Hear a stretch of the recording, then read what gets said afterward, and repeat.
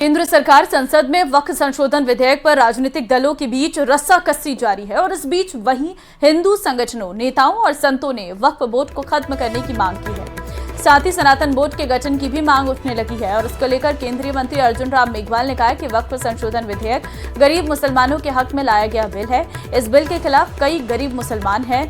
हालांकि इस पर कमेटी की रिपोर्ट आने के बाद ही फैसला होगा, जबकि इस मामले में राजस्थान सरकार में शिक्षा मंत्री मदन दिलावर ने कहा है कि इस संशोधन से मुस्लिम समाज का भला होगा, महिलाओं की भागीदारी बढ़ेगी, लेकिन इसमें कुछ लोग भड़काने का प्रयास कर रहे।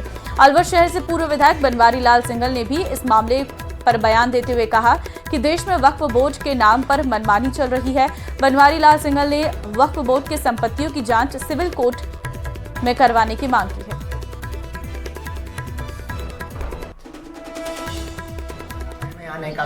वो जो लोग हमारे समर्थन में बोल रहे हैं, कौन बोल रहे हैं? मुसलमान ही तो बोल रहे हैं ना, जिनको इसका फायदा होने वाला है। उसको डराते हैं, बाहर निकलते हैं तो धक्का मुक्की करते हैं। तो जेपीसी की बैठक होने दो भाई। जेपीसी में सभी दलों के लोग हैं, तो जेपीसी के सदस्य तय करेंगे, उसके बाद हमारे संसद में आएगा। निश्चित रूप से वक्फ अमेंडमेंट बिल गरीब मुसलमानों के हित में लाया गया बिल है और मोदी जी का ये बहुत बड़ा सुधारवादी कदम है। चाहे वो शादी का कार्यक्रम कर ले, चाहे कोई उनका धार्मिक कार्यक्रम कर ले, और वो जाकर के वक्फ रजिस्टर में लिख दे, वो मैंने कार्यक्रम किया था इसलिए मेरी ये वक्फ की जमीन हो गई है। ऐसे हजारों लाखों करोड़ों की जमीन को वक्फ में लूट लिया है। आज सबसे ज्यादा देश में कई जमीन है तो वक्फ बोर्ड के पास है। कहां से? इनके बाप से कमा के लाए थे क्या? इनके दादा ने खरीदी थी क्या? इनके बाप की जमीन है क्या?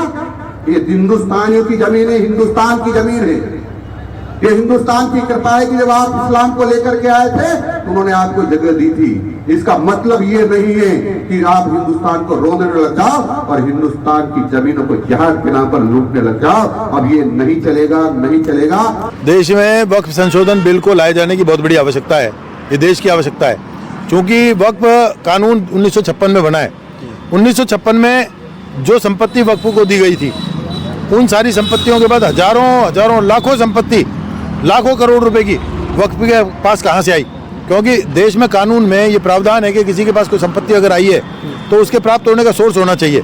वक्फ कानून में जहाँ भी इनको जचा वक्फ बोर्ड को, इनके लोगों ने कहीं भी उठाया, कोई बोर्ड ले जाकर लगा दिया, उस संपत्ति के खिलाफ जब वो मालिक जाकर कोर्ट में जाता है तो वहाँ पता लगता है कि वक्फ न्यायालय में ही उसकी सुनवाई हो रही है। वक्फ के जो मजिस्ट्रेट है न्यायालय के, वो भी मुसलमान है। फिर सुनवाई कैसे होगी? लोग रो धोकर बैठ जाते हैं। सिविल न्यायालयों में इनकी सुनवाई होनी चाहिए।